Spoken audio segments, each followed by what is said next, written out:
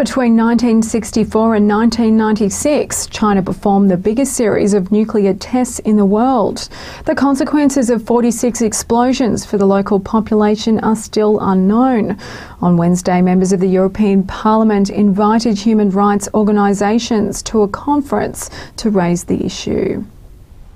Human rights organizations and members of the European Parliament raised the issue of atomic tests at a conference in Brussels on Wednesday.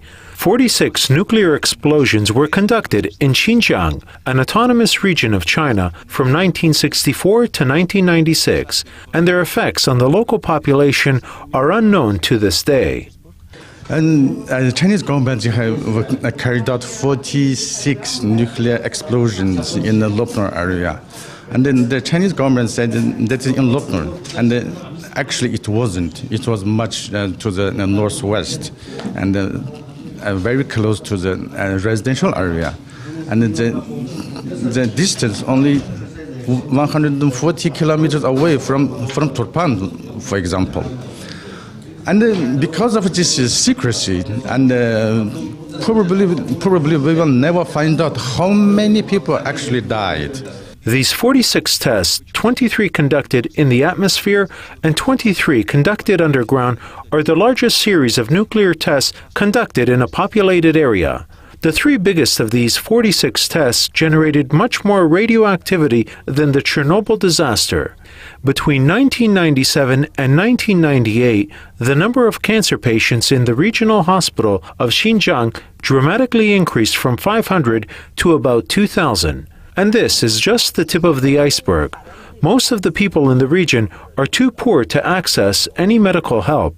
In the case of the tests in China, that there is a lack of even acknowledging that these tests have taken place, that there is a problem, that there is medical data available suggesting that there is an effect. Jun Takada, a Japanese physicist, has calculated that over 1.5 million people have been exposed to the contamination over the 32 years that these tests were conducted, not including the estimated 190,000 people who have died. What concerns the human rights organizations are not just the consequences, but also the target of these tests. They were conducted in a region that has been historically mistreated by the Chinese regime. Xinjiang, with its mostly Uighur population, has been controlled by the Chinese regime since 1949. Numerous human rights violations have been reported in the region, from suppression of culture and religion to severe mistreatment like torture and even organ harvesting. Uighurs themselves believe the testing site was chosen deliberately. The Chinese government, they want to protect their own people, and because just land is belong to barbarian. So we don't care barbarian if they die or live. So we have been chosen as escaping ghosts. Details and documents of the tragic consequences were presented at the conference. The members of the European Parliament hope to expose the situation further and give a voice to the victims as the first step of achieving redress. One possible way is to raise this issue with the Chinese authorities when we have the summits between the European Union and China. And the other thing is very important, exactly the hearings like we have today, to make people more knowledgeable of what has been happening, what's happening.